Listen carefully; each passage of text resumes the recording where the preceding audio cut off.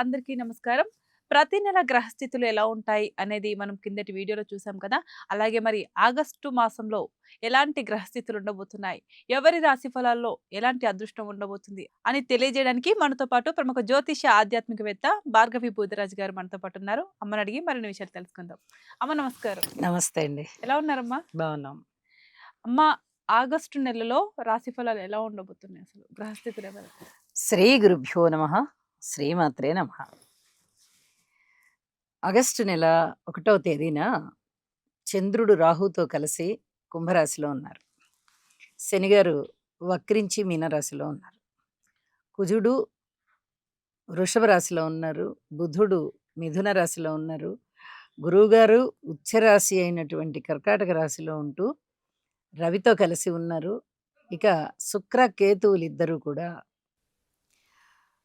సింహరాశిలో ఉన్నారు. గ్రహస్థితులు ఈ విధంగా ఉంటూ ఉండగా మాసాంతానికి వెళ్ళేటప్పటికి శుక్రాచార్యుల వారి యొక్క మార్పు జరిగి ఉన్నది. ఇది కన్యా రాశిలోకి వెళ్ళింది. అంటే శుక్రాచార్యుల వారు అక్కడ నీచబడ్డారు. ఓకే. రవి గారు, బుధుడు, కేతువు ముగ్గురు సింహరాశిలో ఉన్నారు. అలాగే ఈ వక్రించిన శని గారితో కలిసి చంద్రుని యొక్క స్థితి మీనరాశిలో ఉంది. ఇక కుజుడు గాని గురువు గాని మారలేదు. గ్రహస్థితులు ఈ విధంగా ఉన్నాయండి. ఓకే. ఆగస్టు నెల అంతా ఇవే గ్రహస్థితులు. ఓకే. సింహరాశిలో మాస ప్రారంభంలో కేతు ఒక్కరే సింహరాశిలో ఉన్నారు. శుక్రుడు కన్యా రాశిలో ఉన్నారు. అమ్మ, మరి ఆగస్టు మాసంలో కుంభరాశి వారికి ఎలా ఉండబోతుంది? కుంభరాశి వారు చాలా జాగ్రత్తగా ఉండాలి. వాళ్ళకి గ్రహస్థితులు అనుకూలంగా లేవు. ఓకే. ఎందువల్ల అంటే ఈ మాస ప్రారంభంలోనే చంద్రుడు రాశిలో ఉన్నారు. కొంచెం ఆనందం కలిగించే అంశమే ఇది. కానీ రాహు ఉన్నారు అక్కడే, ఓకే. సప్తమంలో కేతు ఉన్నారు. ఈ రెండు చాలా చాలా ఇబ్బంది పెట్టేటటువంటి గ్రహాలు. అలాగే 6వ స్థానంలో రవి గారు ఉన్నారు. ఓకే. అది బాగుంటుంది, కానీ మిగతా గ్రహాల యొక్క అనుకూలత లేదు. మిగతా వాళ్ళందరూ ఇబ్బంది పెట్టేటటువంటి పరిస్థితుల్లోనే ఉన్నారు. ఓకే. అష్టమ స్థానంలో శుక్రాచార్యుల వారు ఉంటున్నప్పటికీ నీచలో ఉన్నారు. వారి మీద శనిగారి యొక్క దృష్టి ఉంది. మాతృవర్గ రీత్యా అంతగా బాగుండదు, స్థిర చిరాస్తుల రీత్యా అంతగా బాగుండదు, ప్రయాణాల రీత్యా అంతగా బాగుండదు, అలాగే పితృవర్గ రీత్యా అంతగా బాగుండదు, కుటుంబ రీత్యా అంతగా బాగుండదు, అన్నదమ్ముల సహాయ సహకారాల రీత్యా బాగుండదు, కోర్టు వ్యవహారాల రీత్యా బాగుండదు. ఇక ప్రయాణాల విషయంలో ఏదైనా ఇబ్బందికరమైనటువంటి పరిస్థితులు ఉండడానికి అవకాశం ఉంది. కాస్త జాగ్రత్తలు తీసుకుంటూ వెళ్ళాలి. ఇలాంటి పరిస్థితులన్నీ సంతానం విషయంలో కాస్త వాళ్ళు మొండిగా ప్రవర్తించినట్టుగా ఉండడము, రుణభారాలు పెరిగినట్టుగా ఉండడము, భార్యాభర్తల మధ్య అనుకూలత లేకపోవడము, ఇలాంటివన్నీ చాలా ఇబ్బంది పెడుతూ ఉంటాయి. కాబట్టి ఉద్యోగ జీవితంతో సహా అన్ని విషయాలలోనూ జాగ్రత్తలు తీసుకోవాల్సిందే. కుంభరాశి వారు పరిహారాలు చేసుకోవాల్సిందే.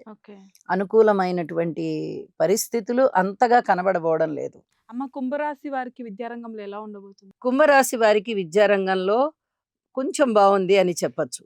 అంటే కొంచెమే అని ఎందుకు అంటున్నానంటే, వారికి ఈ చతుర్థాధిపతి అయినటువంటి శుక్రుడు అష్టమ స్థానంలో నీచబడి ఉన్నారు. అష్టమ స్థానంలో ఉండడం మంచిదే. విలువైన వస్తువుల్ని సేకరించుకోగలుగుతారు, కొనుగోలు చేసుకోగలుగుతారు. అలాగే విద్య కూడా విలువైంది కాబట్టి దాన్ని కూడా సముపార్జన చేసుకోగలుగుతారు. కానీ నీచలో ఉండి శనిగారి యొక్క దృష్టి ఉంది కాబట్టి చాలా కష్టపడితే తప్ప కొంత ఫలితాలు రావు. అంటే 100% వీరు కష్టపడి చదువుకుంటే 35%తో పాస్ అయిపోయే విధంగా ఉంటుంది. ఓకే. అలాంటి పరిస్థితి. అమ్మ, ఎలాంటి పరిహారాలు చేస్తే బాగుంటుందంటారు? శనిగారు ద్వితీయాన్ని చూస్తున్నారు, అంటే రాశిని చూస్తున్నారు, వెనక్కి చూస్తున్నారు. అయితే శనిగారికి తైలాభిషేకం చేసుకోవడము, ఎటు ఏలినాటి శని జరుగుతోంది కాబట్టి 2 విధాల పనికొస్తుంది. రాశిని చూస్తున్నారు, వారు ద్వితీయంలోనూ ఉన్నారు. అంటే రాశి వెనక చూపులోకి, వెనక వక్రగతి అంటే ఏంటంటే వెనక్కి నడుస్తున్నారు అంతే తప్ప పూర్తిగా వెనక రాశిలోకి వెళ్ళట్లేదు. కాబట్టి ఇదొకటి అదృష్టం అన్నమాట. 129 రోజుల కాలము ఈ వక్రగతిలో ఉంటారు కాబట్టి, అంటే మళ్ళీ ఇంచుమించుగా డిసెంబర్ 2వ తేదీన వారు మళ్ళీ సవ్యగతిలోకి వెళ్తారు, రుజువు మార్గంలోకి వస్తున్నారు. అప్పటి వరకు వక్రగతిలో ఉంటారు కాబట్టి కాస్త వెనక రాశిని కూడా చూసే అవకాశం వచ్చింది. మళ్ళీ రాశిని చూస్తున్నారు అంటే మళ్ళీ ఏలినాటి శని ప్రభావం కొంత కనిపిస్తుంది. ఇప్పటికే ద్వితీయంలో ఉండి కనిపిస్తోంది. ఇంకా ఇప్పుడు ఇంకొంచెం డీప్‌గా ఉంటుందనమాట. ఓకే. ఖర్చులు ఎక్కువగా ఉండడము, వ్యయ ప్రయాసలకి లోనవ్వడము, చేసిన పనే చెయ్యవలసి రావడము, అవమానాలను ఎదుర్కోవడము, ఇలాంటివన్నీ కూడా కొంచెం తట్టుకోవాల్సిన పరిస్థితే ఉంటుంది. ఓకే. ధనం ఎక్కువగా ఖర్చవ్వడము, హ్మ్. ఇలాంటివన్నీ ఉంటాయి గాబట్టి, అన్ని గ్రహాలకి జపాలు జేసుకోవడం మంచిది. శని గారికి కూడా జపంతో పాటు తైలాభిషేకం గూడా చేసుకోవడం చాలా చాలా మంచిది. ఓర్పు కలిగి ఉండాలి.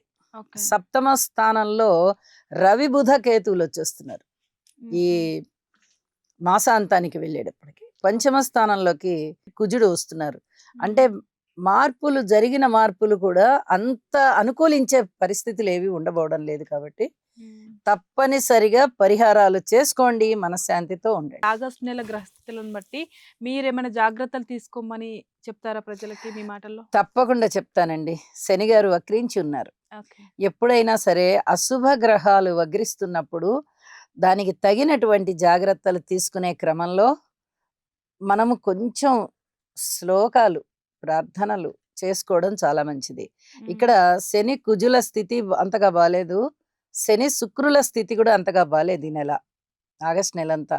కాబట్టి శని, కుజ, శుక్ర ఈ 3 గ్రహాలకి కూడా చక్కగా స్తోత్రాలు చేసుకుంటూ చిన్నపాటి పరిహారాలు, నల్ల నువ్వులు దానం ఇవ్వడము, నల్ల దుస్తులు దానం ఇవ్వడము, శనిగారికి తైలాభిషేకం చేసుకోవడము, శుక్రాచార్యుల వారికి స్తోత్ర పారాయణాలు చేసుకుని కాస్త పరవాన్నం, అన్న పరవాన్నం వండి నైవేద్యం పెట్టి భక్తులకి పంచిపెట్టడము, అలాగే వాహనాల మీద వెళ్ళేటప్పుడు జాగ్రత్తలు పాటించడము, ఇలాంటివి చేస్తూ ఉన్నట్టయితే వీరికి చాలా బాగుంటుంది. ప్రతి వారికి కూడా బాగుంటుంది. వీరికి అంటే ఇవి చేస్తున్న వారికి.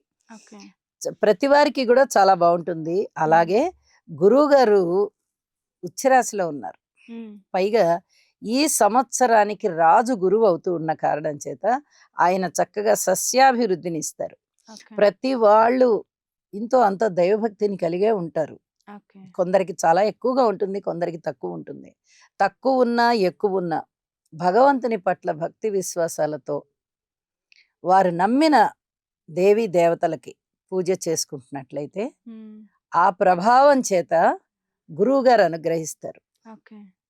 కాబట్టి ప్రతి వారు దైవభక్తిని విడవకుండా, హ్మ్. మానకుండా హ్మ్. చేయండి. ఓకే. అద్భుతమైన ఫలితాలు ఈ సంవత్సరం ఉన్నాయి గాబట్టి ఈ నెల కూడా బావుంటుంది. అమ్మ ఆగస్టు నెలలో ఎలా ఉండబోతుంది? ఎలాంటి పరిహారాలు చేయాలనేది చాలా చక్కగా చెప్పారు. ధన్యవాదాలు. ధన్యవాదాలు. సో, చూసారు కదండీ! ఆగస్టు నెలలో రాశి ఫలాలు ఎలా ఉండబోతున్నాయి? వాటికి ఎలాంటి పరిహారాలు చేయాలి అనేది మనం చూసాం కదా! మీరు తప్పకుండా మీ రాశిలో ఉన్న పరిహారాలు మీరు చేయండి. మీరు ఆగస్టు నెలలో అందరూ హ్యాపీగా ఉండాలని మనస్ఫూర్తిగా కోరుకుంటున్నాం. అలాగే ఇలాంటి మరిన్ని వీడియో కోసం మా ఛానెల్‌ని సబ్స్క్రైబ్ చేసుకోండి, లైక్ చేయండి, షేర్ చేయండి. Thank you.